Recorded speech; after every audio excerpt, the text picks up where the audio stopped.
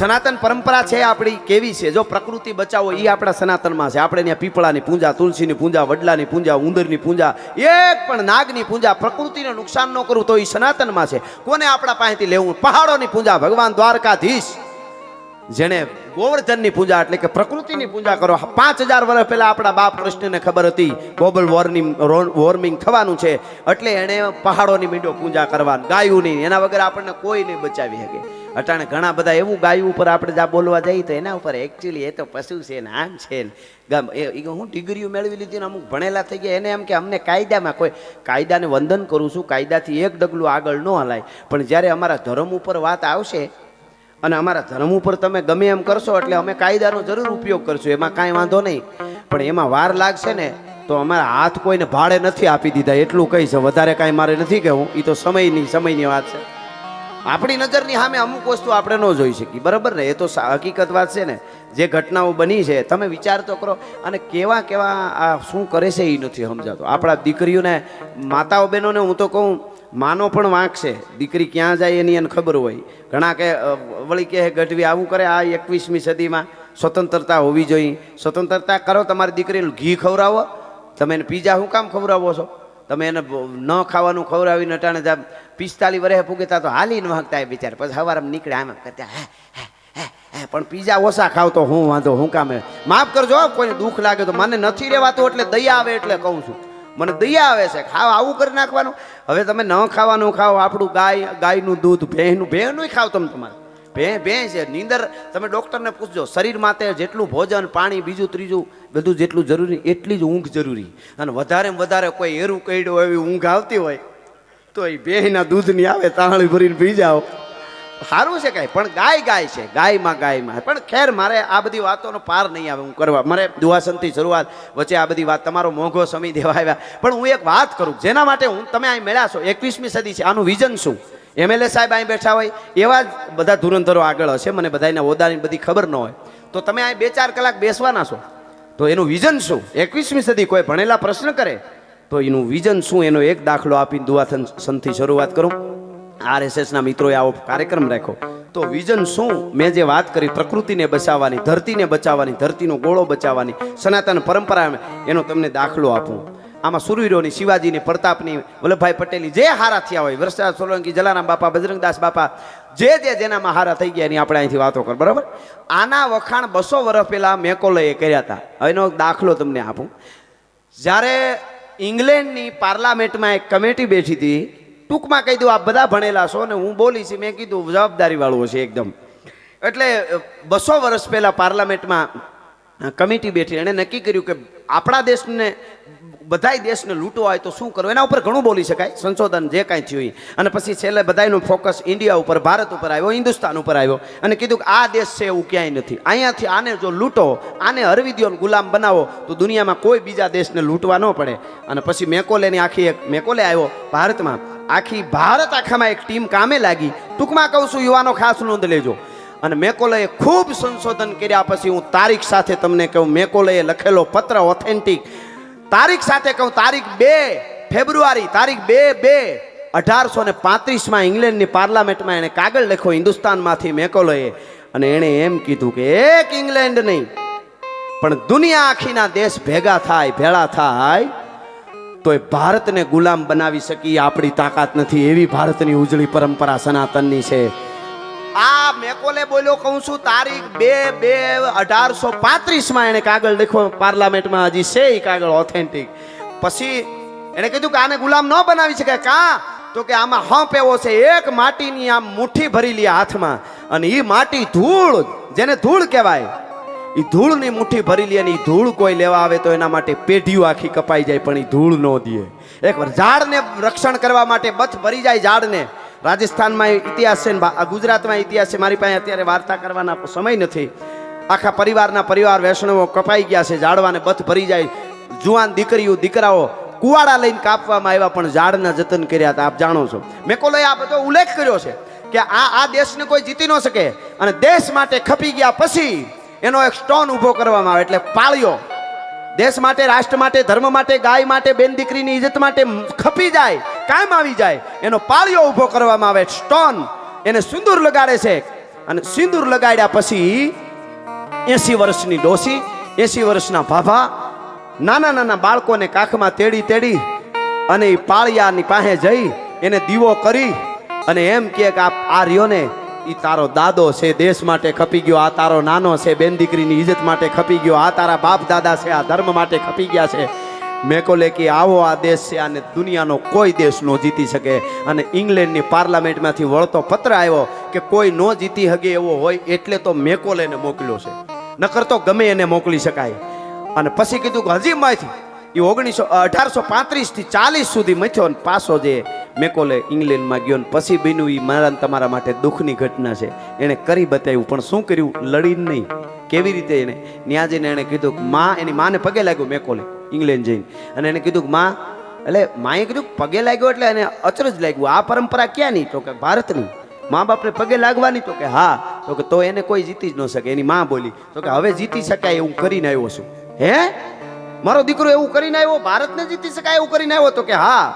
કે તે તો કીધું હતું 1835માં 5 વર્ષ પહેલા કે કોઈ જીતી ન શકે, તો કે હથિયારોથી ન જીતી શકાય. કે તો જેટલા ગુરુકુળો 7 લાખથી વધારે હતા એ બધાએ બંધ કરીને આપણી શિક્ષણ પદ્ધતિ બરાબરની બિહારીને આવ્યો છું હું.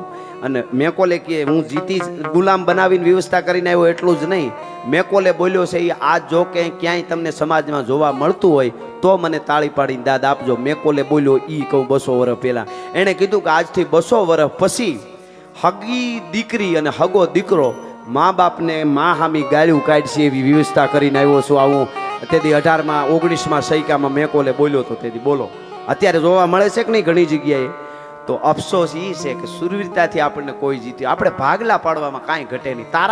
તારા પટેલ સમાજને આમ કે તું મરી જા, તારા દરબારુને આમ કે, તારા કોળીને આમ કે, તારા લુવાણાને આમ, તારા ગઢવીને, તારા ફલાણાને, તારા કુંભારને, તારા હુતારને, એવું જે કહેવા આવે ને તઈ કેવું અમે હુતાર સહી, કુંભાર સહી, ગઢવી સહી, કોળી સહી, દલિત સહી, ફલાણો સહી, દરબાર સહી, લુવાણા સહી, પટેલ સહી, પણ સનાતન હિન્દુ સહી. આ તો અમારી એક વર્ણ વ્યવસ્થા અમારા માટે છે એ છે, બાકી હિન્દુ સહી અમે બધા એક સહી. એટલું જ્યારે થયા હકીકતમાં થાય રાયડું તો અમે બધા બહુ પાડી, પણ ચાલુ રાખવાનું, હિંમત નહીં હારવાય. ઘણા શું કે એકચ્યુઅલી કેટલા મથે છે ને તમારા શું ફેર પડે એને કઈ તું તો સાનો મુનો જ બે નબળા ઓહાણવાળાને કોઈ દી પાસેનો જરાક તમે કહો પ્રોગ્રામ કરવો છે અથવા ઝાડવા વાવવા છે, ગાયું માટે કંઈક કરવું, સમાજ સેવા કરવી છે, કોઈ ગરીબોને દવાખાના મદદ, એ ન થાય ખર્ચાઈ જાય તો તું ઘર ભેળું રે, તું બેઠો રે સાનો મનો. એનાથી છેટારે જો એવા બહુ નડે છે, ક્યાંય ના તમને સારો વિચાર જ ન આવવા દે પછી પૂરું ને. એનાથી ભગત બાપુ કહેતા હો કાયર હારા પણ એક નબળો ઓહાણી હારો નહીં. તો મારો કહેવાનો અર્થ મેં મેકોલે વાળી વાત કરી જેના માટે આજે તમે મળ્યા છો એમાંથી પાછું વળવા માટેનો આ કાર્યક્રમ છે, આપણી પરંપરાને યાદ કરવા માટેનો આ કાર્યક્રમ છે. મને હું તો આવું જોયા જ કરું, મને પેટમાં બળે વધારે ઓલું ન ગણતા, પણ અમુક સુખી માણા હું અહીં બેઠેલા માતાઓ બહેનોને વિનંતી કરું ને પગે લાગીને કહું તમારા દીકરીને બહુ ભણાવજો. પણ તમે જિલ્લે કે તાલુકે ભણવા મોકલ્યા હોય ને, હોસ્ટેલમાં રહેતા હોય ને, એ પછી સુરત હોય કે અમદાવાદ હોય, ભાવનગર હોય કે ભુજ હોય, જુનાગઢ હોય કે જામનગર હોય કે સુરત હોય, ક્યાંય પણ હોય, તો એ શું કરે છે ને દીકરી દીકરો એ પૂરેપૂરી તપાસ રાખજો, ભલે તમને કોઈ ખરાબ કહે. મેં જોયું નજરે એ કહું છું. અમે 3 વાગે 2 વાગે 2:30 વાગે પ્રોગ્રામ પૂરો કરીને નીકળીને હોટલ હોય હાઈવે ઉપર હોટલ વાળા જાગતા હોય તો એનો ધંધો છે, સારી વાત છે, એની મહેનતને દાદ દેવી પડે. ખટારા વાળા હોય એ બધા મહેનત કરે એને દાદ દેવી પડે. પણ રાતે 2:30 વાગે કાફેમાં 18, 20 ને 22 વર્ષના દીકરા ને દીકરીઓ બેઠા હોય નાઇટ આઉટ કરવા. અરે તમારી જિંદગી જ આઉટ છે, હવે નાઇટ આઉટની ક્યાં વાત કરો? તમે વિચાર તો કરો. રાતે 3 વાગે જુવાન દીકરીઓ દીકરા અમે જોઈએ છીએ. હું તો વિચાર કરતો આના મા બાપ બિચારા કોક નોકરી કરતા હોય છે અને કોક ખેતી મહેનત કરતા હોય, મારી દીકરી એકચ્યુઅલી ભણે છે, મારો દીકરો ભણે. અરે તમારા ડોહા 3 વાગે કાફેમાં બેઠા છે, ઊભા મોરની જઈને દ્યો એટલે સાના મના ધંધે સડી જાય.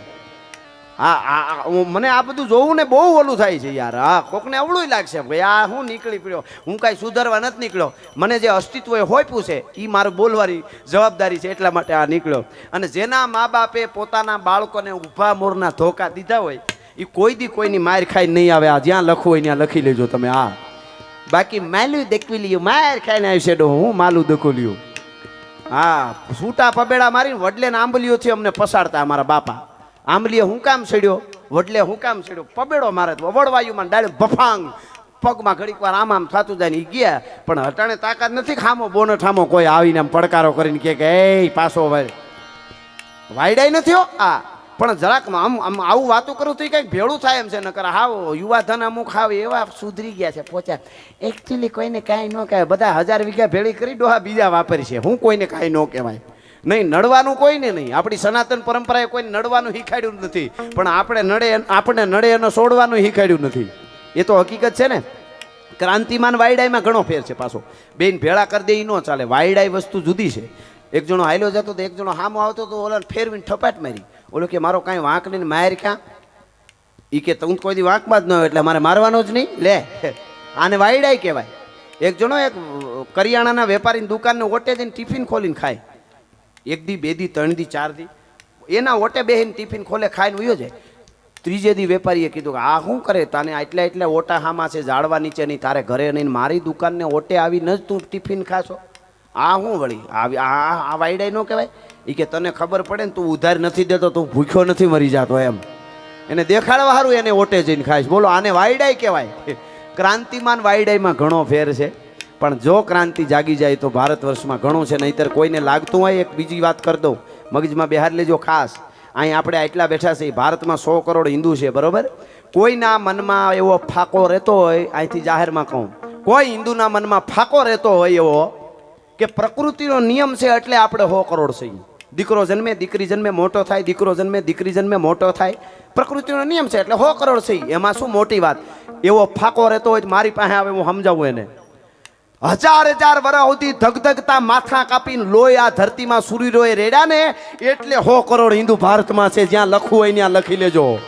નકરા નીકળી પડ્યા ને રમે ધંધે લાગી ગપાલ નો લાગે ડોહી દીએ કોક ઊભા મોરની ભજન બહુ જરૂરી અવળી નોંધ ન લેતા પણ સાહેબ સિત્તોડના સાકાને વાંચો તો ખબર પડે ધર્મ સનાતન ક્યારે બચે શિવાજીને વાંચો તો ખબર પડે એના દીકરા સંભાજી 42 હું આગળ સમય છે વાત કરી 42 દિવસ સુધી પોતાના શરીરના કટકા કરવામાં આવે અને પ્રાણ છોડી દે સંભાજી છતાંય સનાતન ધર્મનો નારો મહાદેવનો નો છોડે ને ત્યારે સનાતન હિન્દુ ધર્મ છે ઔરંગઝેબ માથા માથે આમ હાથ દઈ અને રોયો તો ને એમ બોલ્યો તો ગાય સંભાજી તારા જેવો એક દીકરો મારે હોય તો હું દુનિયા આખીમાં રાજ કરું પણ હું ક્યાં લેવા જાઉં તારા જેવો દીકરો ત્યારે સનાતન હિન્દુ ધર્મ છે નીકળી પડી બાપા કોઈને કાંઈ કહેવાય નહીં તો નહીં કહેવાય રેવા દઈએ ક્યાંય નકરે અમે તો ભણેલા ગણેલા અમે કોઈને કાંઈ ઓકે ભણ તું તારા મોજ કર ભલે તારી દીકરીને કોક કાપે ભલે તારા છોકરાના કોક કટકા કરે તારી દીકરીના કટકા કરે તું ડિગ્રી મેળવી લે ડિગ્રી તારે જોહે બરાબર કારણ કે તારે ડિગ્રી કામ આવશે ડાયાબિટીસ માપવામાં